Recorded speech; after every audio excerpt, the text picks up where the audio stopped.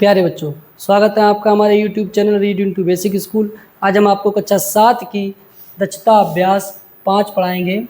पहला सवाल है, समकोण त्रिभुज ABC में, यानी ये त्रिभुज है, समकोण त्रिभुज है, ABC है, इसमें कोण B, यानी ये वाला कोण क्या है, समकोण 90 अंश है।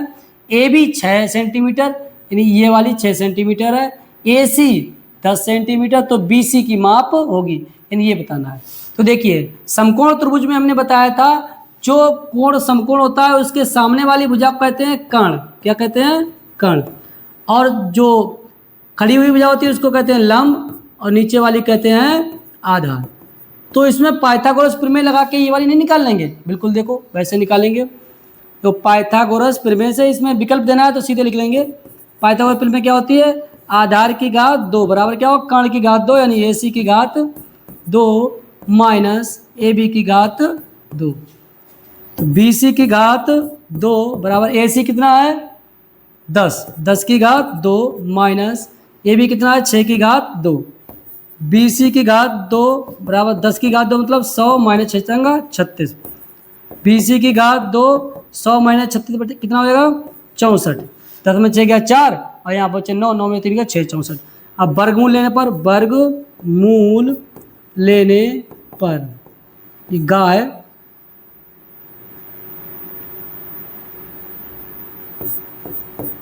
सही है, वर्गमूल लेने पर। तो ये वर्गमूल लेंगे तो अकेला 20 बचेगा, वह BC बचेगा, और 64 का वर्गमूल लेंगे 8, तो ये क्या रहेगा 8 सेंटीमीटर। ये क्या होगा 8 सेंटीमीटर। तीसरा विकल्प सही हो जाएगा।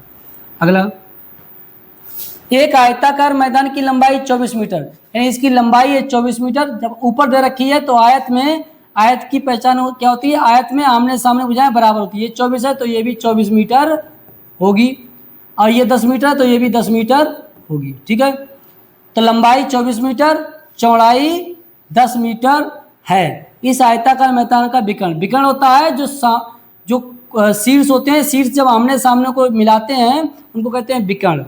तो जो इसमें भी अगर मान लीजिए आधा त्रिभुज, जैसे पहली बात आयत की गुण से आयत के आमने सामने भुजा बराबर, तो ये 24 है तो ये भी 24 हो गई, तो ये हमें पता लगी 24। ये 10 दे रखी है, तो ये, और आयत के सभी कोण क्या होते हैं, सभी अंतः कोण 90-90 अंश होते हैं। ठीक ना, आयत के सभी कोण 90-90 अंश होते हैं। तो ये क्या बन गया, अगर इसी बात करेंगे त्रिभुज BCD, ये त्रिभुज बन जाएगा क्या, समकोण त्रिभुज। समकोण त्रिभुज में पाइथागोरस प्रमेय लग जाएगी, और ये कर्ण ये बन जाएगा कर्ण BD, ये निकल जाएगा। तो ऐसे निकालेंगे, BD की घात 2 बराबर क्या होगा, BC की घात 2 प्लस CD की घात 2।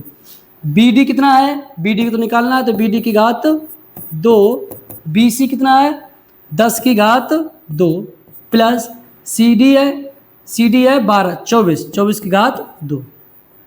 ठीक है, तो BD की घात 2 बराबर 10 100 प्लस 24 की घात 2 है, 24 गुणा 24 576। BD पूरे घात 2 बराबर क्या है 576 और 100 676। वर्गमूल लेने पर, तो ये वर्गमूल लेंगे तो BD 2 है, अकेला जाएगा, BD ले जाएगा, तो ये 676 किसका वर्गमूल होगा 26 का, तो 26 क्या है से मीटर। BD क्या है 26 मीटर। पहला विकल्प सही हो गया। एक सड़क के दोनों किनारों पर 2 मकान, यही सड़क, ये सड़क है BD, इसके दोनों किनारों पे मकान दे रखा है, एक मकान ये बन रहा है पूरा, एक मकान ये दे रखा है ED, एक BD मकान है। मकान पीछे बना हुआ है, वो पीछे बना हुआ है, बीच में ये सड़क है, आमने सामने है। 50 मीटर लंबी सीढ़ी, एक 50 मीटर कोई लंबी सीढ़ी है। एक सिरा सड़क के एक ओर स्थित मकान की दीवार पर 48 मीटर ऊंचाई तक पहुंचा है, यानी एक तरफ मकान है, एक सीढ़ी जब लगाते हैं तो एक सिरा उसका 48 मीटर ऊंचा तक पहुंच जाता है। ठीक है, और दूसरे किनारे मकान जब वहीं से लगाते हैं तो वो 14 मीटर तक केवल पहुंचता है। 50 मीटर लंबी सीढ़ी का सड़क की चौड़ाई ज्ञात कीजिए, यानी BD ज्ञात करना है। अब देखिए, इसमें जो मकान जो होता है, मकान हमेशा सीधा रहेगा, तो यहाँ पर कितना कोण बनेगा 90 अंश। यहाँ पर ये मकान रहेगा सड़क से कितना बने 90 अंश। ये भी एक त्रिभुज ABC समकोण त्रिभुज बन गया, और त्रिभुज EDC ये भी समकोण त्रिभुज बन गया। तो ये भी पाइथागोरस प्रमेय इसमें भी लग जाएगी, पाइथागोरस प्रमेय इसमें भी लगेगी। दोनों पाइथागोरस प्रमेय से BC और CD निकाल लेंगे। BC और CD मान निकाल लेंगे तो इन दोनों को जोड़ देंगे, यही हमारी सड़क की चौड़ाई होगी। देखिए पहले लिखेंगे त्रिभुज ए बी सी में, ए बी सी में क्या लिख देना, पाइथागोरस प्रमेय से। ठीक है, पहला क्या है, आधार निकालना है, तो बी सी घात 2, आधार क्या, कर्ण की घात 2 यानी ए सी घात 2 माइनस ए बी की घात 2।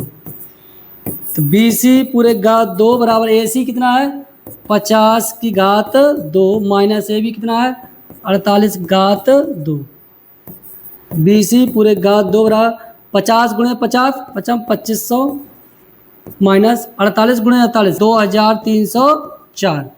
बी सी पूरे घात 2, इसमें से घटाएंगे बी सी घात 2 बराबर 2500, 10 में 4 गया 6, अब 9 बचा, 9 में 0 9, यहाँ बचा 4, 4 में 3 गया 1, 2 में 2 गया 0, 196। अब निकालना है बी सी का मान, तो वर्गमूल लेने पर, वर्गमूल लेने पर तो बी सी घात 2 बी सी और 196 का वर्गमूल क्या आएगा 14, ये बी सी का मान आ गया 14। अब ऐसे ही हम बी सी का ये आ गया 14, ठीक है 14 मीटर। अब ये सी डी निकाल लें, तो ये लिखेंगे त्रिभुज ई डी सी में, इसमें पाइथागोरस प्रमेय लगाएंगे तो सी डी की घात 2 बराबर क्या होगा ई सी की घात 2, ई सी की घात 2 माइनस ई डी की घात 2। तो सी डी की घात 2 निकालना है, तो ई सी कितना है 50, 50 की घात 2 माइनस ई डी कितना है 14, 14 की घात 2। सी डी घात 2 बराबर 50 गुणे 50 यानी 2500, 55 25 और 2 0, 14 14 196, तो 14 में 196।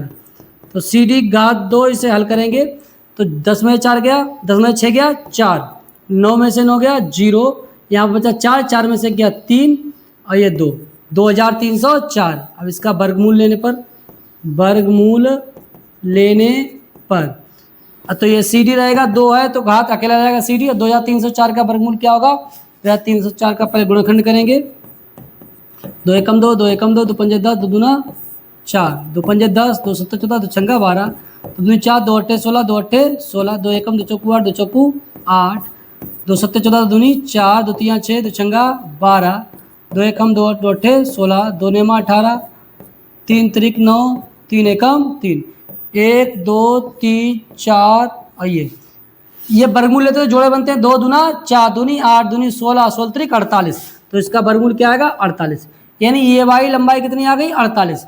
अब क्या होगी, अतः B C plus C D, B C plus C D, B C कितना आया 14 और सी डी कितना आया 48, जोड़ेंगे 8 4 12 से लगा 1 4 1 5 1 6 यानी 62 मीटर। सवाल है उस त्रिभुज का नाम बताइए, उस त्रिभुज का नाम बताना है जिसके परिकेंद्र और अंतःकेंद्र एक ही होते हैं। जैसे अपने एक प्रश्नावली पिछली प्रश्नावली में किया था जिसमें लंब केंद्र, परिकेंद्र, अंतःकेंद्र सभी एक शीर्ष लंब सभी एक ही जगह से होके गए थे, तो उस त्रिभुज का नाम क्या था समबाहु त्रिभुज।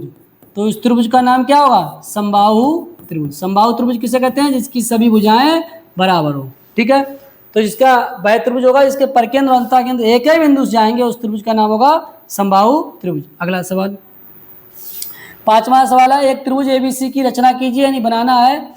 जिसका रचना करना है तो पहले त्रिभुज के पट्टी ले लेंगे भाई, पहले रचना करना बनाना है। तो त्रिभुज आधार क्या है 7 सेंटीमीटर, तो आधार 7 सेंटीमीटर है, तो लिखा है आधार बराबर 7 सेंटीमीटर, कोण बी बराबर 60 डिग्री और दो भुजाओं का योग 9 सेंटीमीटर है।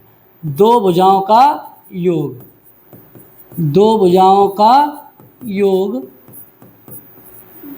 9 सेंटीमीटर है। दो भुजाओं का योग क्या है 9 सेंटीमीटर है। तो पहले हम लेंगे एक त्रिभुज बनाना है त्रिभुज, तो पहले आधार खींच लेंगे 7 सेंटीमीटर, 7 सेंटीमीटर यहाँ से लेके यहाँ तक खींच लिया। जब खींच लिया उसके बाद क्या बनाना है कोण बी, तो इसमें एक कोण बी बनाना है 60 अंश। तो जैसे मान लीजिए हम इससे को ले लेंगे ए, इसको अगर ले लिया बी, तो इसमें ये बी हम 60 अंश बना लेंगे। तो ये चांदा की सहायता से वहाँ पर लिखेंगे, रखें जाके चांदा 60 अंश बनाना है, तो 60 अंश इधर से बनाएंगे। अब 60 अंश यहाँ से लेके यहाँ 60 अंश होगा, ये हमने 60 अंश खींच लिया। यानी ये हमारा क्या हो गया 60 अंश। ठीक है, अब क्या दे रखा है, दो भुजाओं का योग 9 सेंटीमीटर। तो इसको थोड़ा और बढ़ा लेंगे ऊपर के लिए। अब प्रकार लेंगे, प्रकार में 9 सेंटीमीटर दूरी भरेंगे।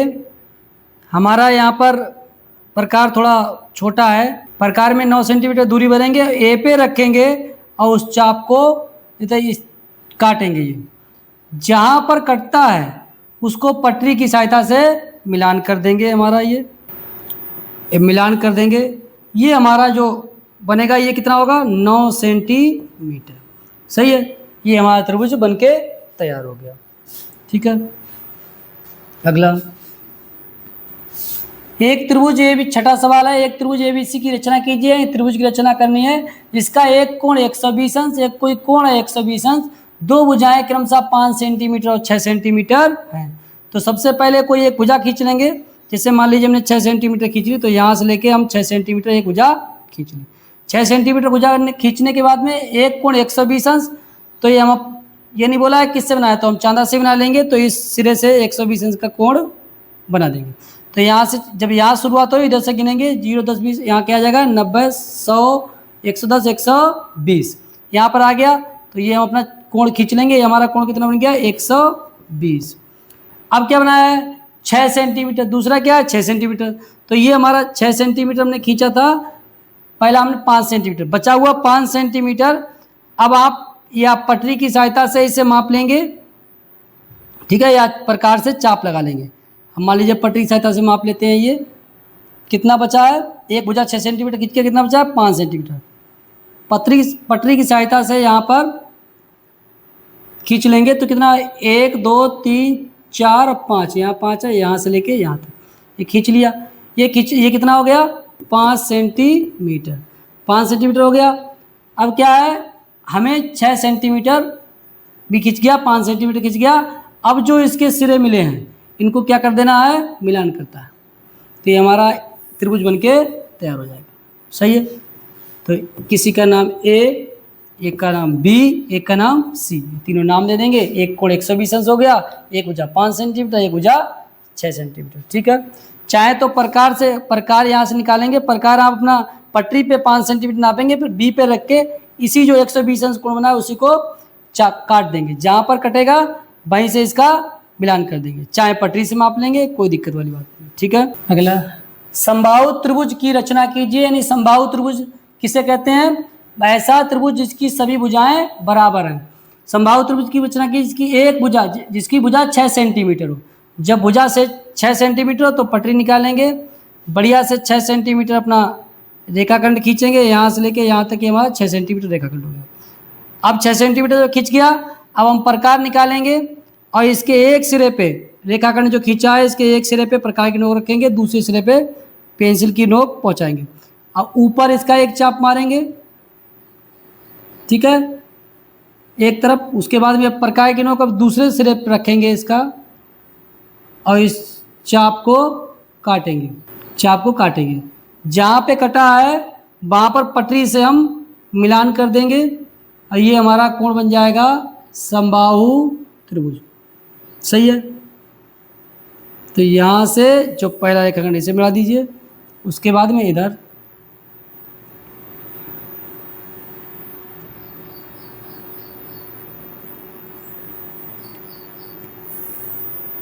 ठीक है, ये मिल गया। ये हमारा क्या बन गया समबाहु त्रिभुज। इसको ए बी सी, इसकी ये भुजा भी 6 सेंटीमीटर होगी, ये वाली भुजा भी 6 सेंटीमीटर होगी, ये वाली भी 6 सेंटीमीटर होगी।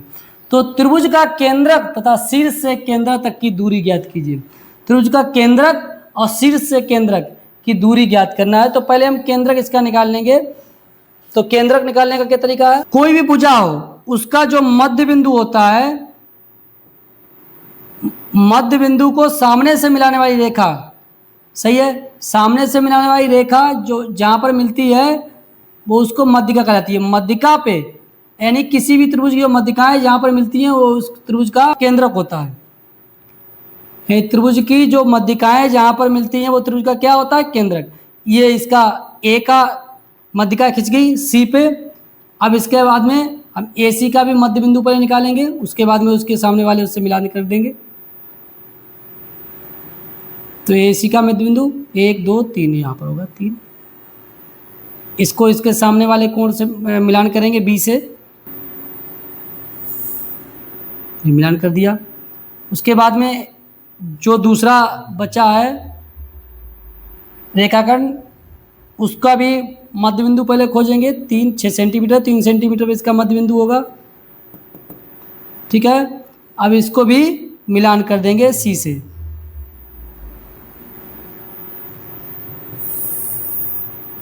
तो इसका क्या होगा, ये जो जहां से गई है ये क्या है, केंद्रक। क्या है, त्रिभुज का केंद्रक। अब इसमें क्या बोला है, केंद्रक तथा शीर्ष से केंद्रक की दूरी। शीर्ष चाहे यहां से यहां तक निकालो, चाहे बी से केंद्रक का, चाहे सी से केंद्रक, कोई एक निकाल लेंगे। हम मान लीजिए पहले ये निकाल लें।